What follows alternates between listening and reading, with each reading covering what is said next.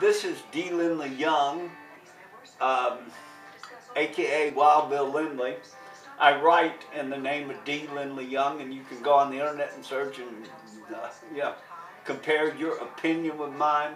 Also, I've done hundreds of radio shows as Wild Bill Lindley, which was my grandfather's name. One of the papers I write for is the Knoxville Journal. So if you put D. Lindley Young, the Knoxville Journal, you'll get my current stuff. This week, my article is Landmines for Civil Unrest in America. And what I'm pointing out in that article is basically the state of the world, the turmoil, the uprising, the rebellions, etc. that are occurring around the world. And people are people no matter where they are.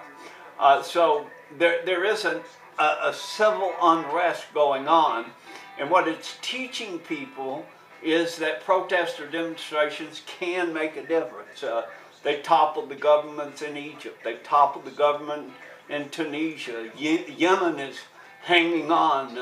Syria is having to oppress the people with brutal killings and tortures, etc. There is a grassroots uprising around the world from which America is not immune. In fact, America has a history of rebellion, starting with the Boston Tea Party, the whiskey riots, on up until in the 20th century you had the WTO riots in Seattle. You had the 1967 riots at the Democratic National Convention. You had the riots in response to Rodney King in LA. You had racial riots across the nation in an incountable number of cities. So now we've got movements like the Tea Party that shows up and protests, and therefore smaller government, cutting the deficit, just the basic things that a lot of people agree with. And then you've got a segment, it's called the militia movement, which is spread across a country with thousands and thousands of members in virtually every county and every state in the United States. So you got to pay attention to that. These people are armed. They go out and they train and practice in the woods. A lot of them are survivalists, and for the most part, they're law-abiding, but they say they will defend against any totalitarian clampdowns that attempt to be imposed upon them. I know specifically those in East Tennessee say that if there is a totalitarian government, which could be our own, that attempts to oppress us and take our rights, they will fight for us. They're probably analogous to many of the rebels, as they call them, or protesters or anti-government movements around the country, around the world, and the makings for civil unrest are definitely here in America. In the article I wrote this week on civil unrest in America, I speak of how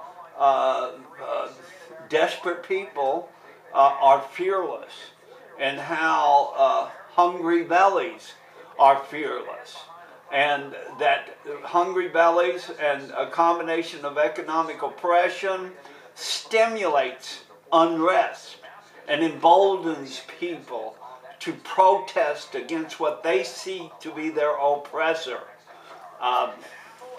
You can read more about it. I'm going to do more on the militias in the upcoming weeks, so be looking for my reports to you, America. I'm D. Lindley Young. I just want to add a couple of other things. I'd like to say that our government has passed a House Bill 645, which ostensibly is for the purpose of housing and feeding, etc., people that are the result of national disasters or some kind of terrorist attack. However, many are calling this law, which is implemented by the Homeland Security, by FEMA, they're calling it FEMA internment camps, and they are fashioned on the model of a Guantanamo. And it may be one of those things when you check in, you don't check out. In addition, our troops, and this has been reported and it's been confirmed by military generals, our troops are converting from Iraq and Afghanistan war theaters to squelch civil unrest. Many believe that will be a violation of posse comitatus, which prevents the U.S. military from imposing civil law. However, all of this is in place. It's serious. We don't know when it's going to happen, but something is potentially going to happen. Signing off, D. Lindley Young. Look for my next report.